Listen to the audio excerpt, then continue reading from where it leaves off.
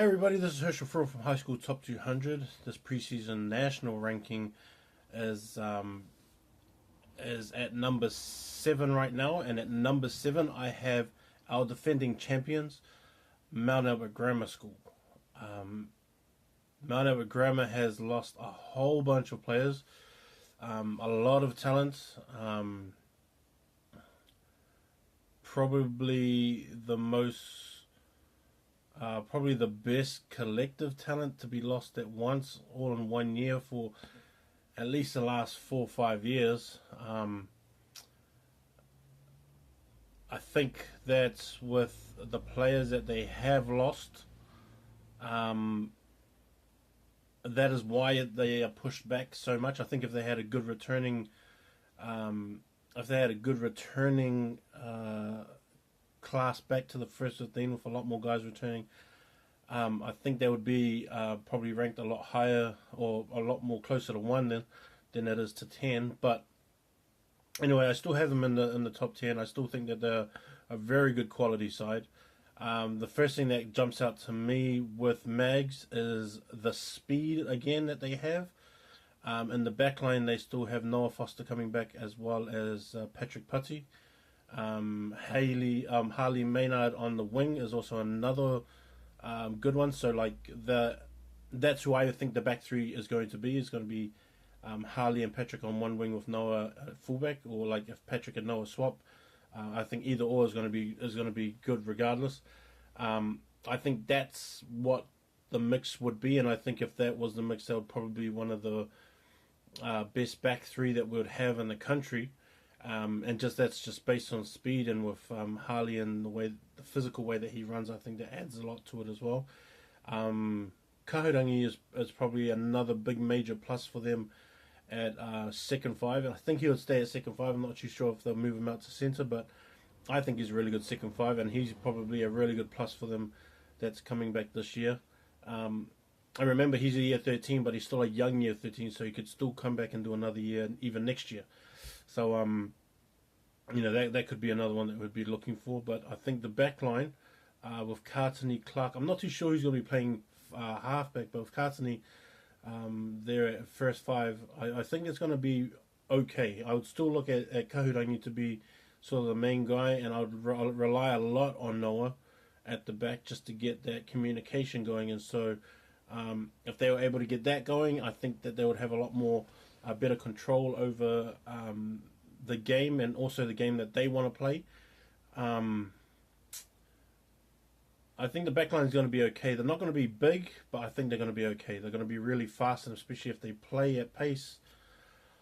I think with a lot of, maybe they'd have to change their game plan in the sense of they just play backs and forwards instead of playing it sort of the way that they have been playing it this last couple of years. You could still get guys like Terrell and also John Latu and to be maybe running outside there. I think that would be a benefit to them, but I mean, I wouldn't play it so much like that, because I personally would want maybe our wingers, the wingers with Harley and Patrick, to sort of be more in a one-on-one situation rather than be cramped with flankers out there marking up on other flankers and then sort of making the tackles and things like that. But that's how I'd play it. I think that would be sort of somewhat the back line where Katani and Kahurangi will be in first and second five. Not too sure about the centres. I know they have a couple of really young guys coming through. Ben Young is a good guy who maybe fill in there at halfback as well. But yeah, they do have some options. I think they do have some guys that could probably fill in.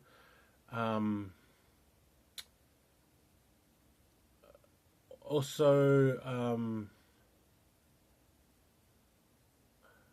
Elijah Nikoro is probably another one as well. Maybe a bit young, but I mean, they still have to get somebody in there. David Killickett at centre, maybe an option. Maybe a bit young, but still an option. And the forwards, they'll be pretty good. I really like the back trio of Terrell and Makaide, and also John Latu. So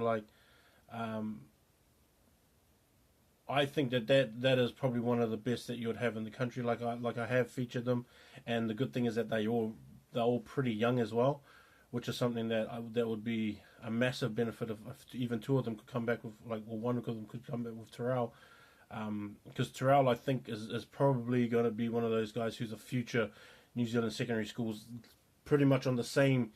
If he keeps on the same track that he is and he keeps working hard, he's already got that kind of look to his game, and so I think if he carries that on, it'll be a lot better. Jack Casey Pickering will probably be the lead lock.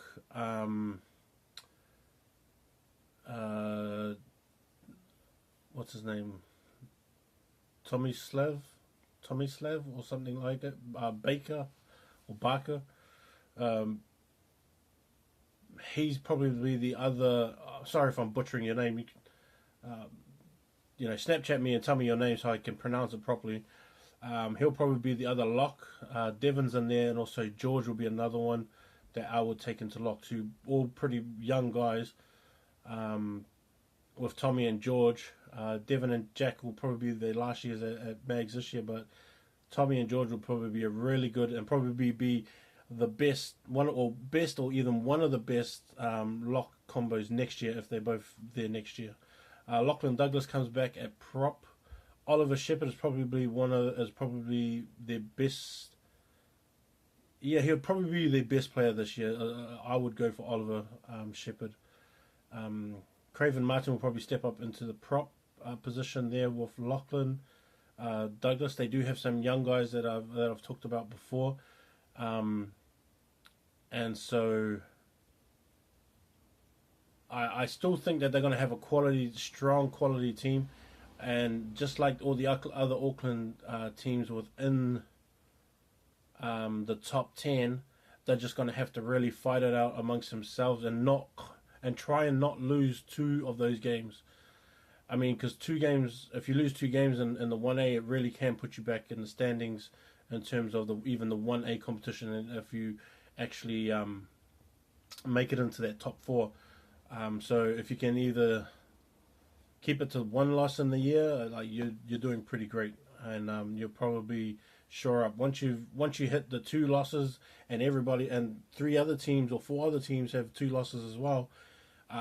That's when you comes down to the for and against and all those other kind of things, that variables that jump into it, and you could miss out. MAGS is going to be kind of probably in those spot.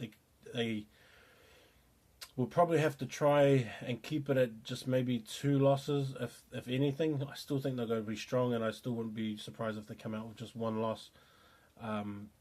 But yeah, everyone's going to be beating each other in that competition, so it'll be one to watch, and MAGS will be one of those that's right up there. But that's me. MAGS. Peace.